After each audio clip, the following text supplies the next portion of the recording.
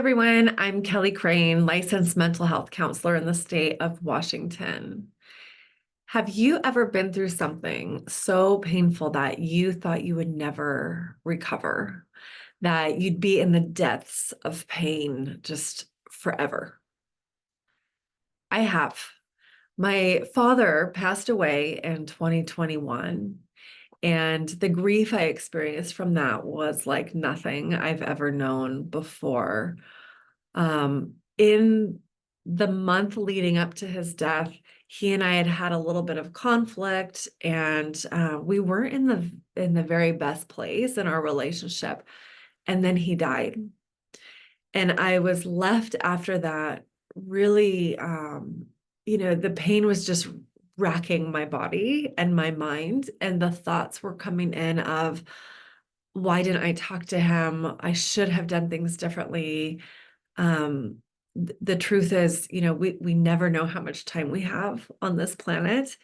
Side note, I would love to see us all kind of clean up our relationships for exactly this reason, so that we have nothing left unsaid or no love left unexpressed. But that is a side note. So coming back to this idea of, we think we're in this place forever. Like, we cannot imagine, how is this going to get better? And in my case with my dad, I wanted to experience the grief. I felt like he deserved that. Like, our love, our relationship deserved the grief, to be honored in that way, right? This was a true loss for me. But at moments, it was so painful, and these thoughts and regrets kept coming in, and I didn't know, how am I going to get on the other side of this? So in today's reading, we're going to kind of address some of this. So today's reading is Full Catastrophe Living by Jon Kabat-Zinn. And it's a very thick book about mindfulness, and just very good. So I recommend it. The reading today is a little bit long, so settle in, grab a cup of coffee, or if you want to, just close your eyes and let it soak in. This is coming from the section, Your Suffering is Not You. When you look deeply into emotional pain at the time you're feeling it, it is hard not to notice that here too your thoughts and emotions are in a state of extreme turbulence, coming and going, appearing and disappearing, changing with great rapidity. In times of great stress, you may notice certain thoughts and feelings recurring with unrelenting frequency. They return over and over again, causing you to keep reliving what happened, or wondering what you might have done differently, or how what happened could have come about. You may find yourself blaming yourself or someone else over and over again, or reliving a particular moment again and again, or wondering over and over what will happen next, or what will become of you now. But if you can be mindful at such times, if you are watching carefully, you will also notice that even these recurring images, thoughts, and feelings have a beginning and an end, that they are like waves that rise up in the mind and then subside. You may also notice that they are never quite the same. Each time one comes back, it is slightly different, never exactly the same as any previous wave. You may also notice that the intensity of your feelings cycle as well. One moment there may be a dull hurt, the next moment intense anguish and fury, and the next moment fear, then dullness again, or exhaustion. For brief moments, you may even forget altogether that you hurt. In seeing these changes in your emotional state, you may come to realize that none of what you are experiencing is permanent. You can actually see for yourself that the intensity of the pain is not constant, that it changes, goes up and down, comes and goes, just as your breath comes and goes.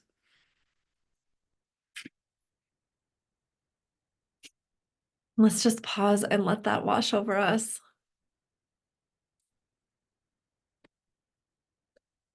It's really a reminder that nothing is permanent. There's 3 points that I would love to make in this reading.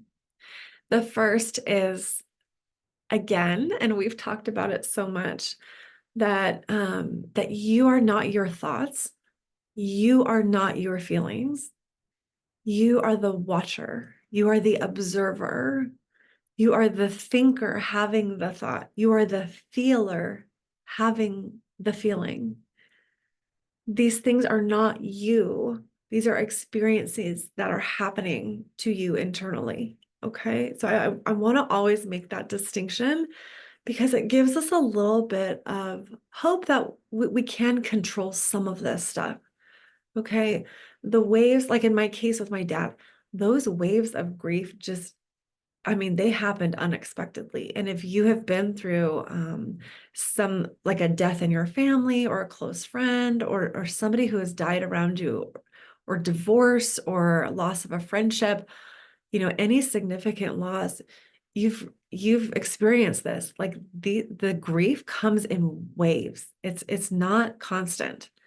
Sometimes it's okay, you can kind of function and get through, and then other times, bam, it just hits you out of nowhere and knocks you on your knees.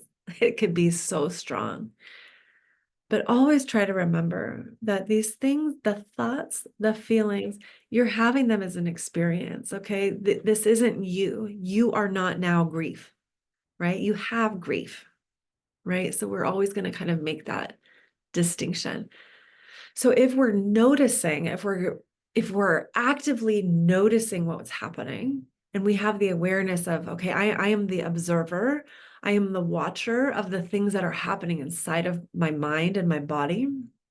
What are we to notice? Okay. What are we supposed to be noticing? And he tells us in this reading that we're supposed to be noticing the cycles, those waves that come in, noticing that it's not constant. We are not underwater constantly. Okay. The waves come in, they pass, and they subside. It's super intense, and then it turns into a dull ache. And then, as he says, for brief moments, we may even forget altogether that we hurt. We might be able to just get distracted in something. And then the awareness comes back. Oh yeah. I lost this. And that wave hits us again. So we're just noticing the cycles. We're noticing that there's a beginning and there's an end, and that it's not constant. Okay. And that third point is what I mentioned. And he makes it so beautifully. He says it so beautifully. You may come to realize that none of what you are experiencing is permanent. Nothing is permanent, folks. It comes and it goes. It comes and it goes, just as your breath comes and goes. Okay. If we can hold tight to that fact, nothing is permanent. The pain that you're experiencing, it's not going to be this intense forever. It won't. My dad died in 2021. By the time that I was moving, I moved last summer to Washington State, and I was packing some things, right? So this is in now 2024. So it had been 3 years since my dad died. I had experienced a lot of healing in my grief since then. I came to realize that in the decades that we had together in our relationship, there was so much love and expression of love that it didn't matter in that last month that we had some conflict. That wasn't the whole of our relationship. It was just a tiny little sliver of our relationship. So I came to realize in myself that my dad knew that I loved him, and I knew that he loved me. And it didn't matter in those last few weeks that we had been in this conflict. So I had come to a lot of healing in that. So 3 years had passed, and I wasn't experiencing those really intense waves anymore. They had all kind of subsided. And did I miss my dad sometimes? Absolutely, absolutely. But it wasn't those thoughts of regret and big waves of intense sadness that I had felt in the beginning. Those had all pretty much subsided. But in the packing of preparing for our move, I came across some photographs, and I'm looking through these photographs, and there were some of me and my dad and some of his friends. And the thought occurred to me instantly, right? I didn't even think about it, right? The thought just came in. I got to show these to my dad. He'd love these pictures. And then just as quick was this realization of, oh, I can't show him. And I just started crying. The emotion just hit me. That wave hit me again. And it wasn't anything I had been prepared for. Because again, I had been just fine, floating for the last, it had been 3 years since my dad had died. So at that point, so this really surprised me. It kind of shocked me, but I let it come. I let the wave come because I knew it wasn't going to last forever, right? I wanted to honor my dad in the grief that I was experiencing by feeling the grief, letting that wave hit me, letting myself express emotionally with tears, right? Of again, oh, my dad's not here to share this with. And that hurt and it stung. And I let that wave pass. I knew it wasn't permanent. I was able to just kind of smile at the pictures and put them away and talk to my dad in my head, like, oh, Dad, you would have loved to see this. And maybe he was seeing it. Who knows? But the point being is, sometimes we can't control the thought that comes in. Sometimes we can't control the emotion that comes in. It just happens so quick. But ride that wave, let it come, let it pass, feel it, notice it as the watcher, as the observer. The thoughts aren't you. That means that they're not going to be you forever.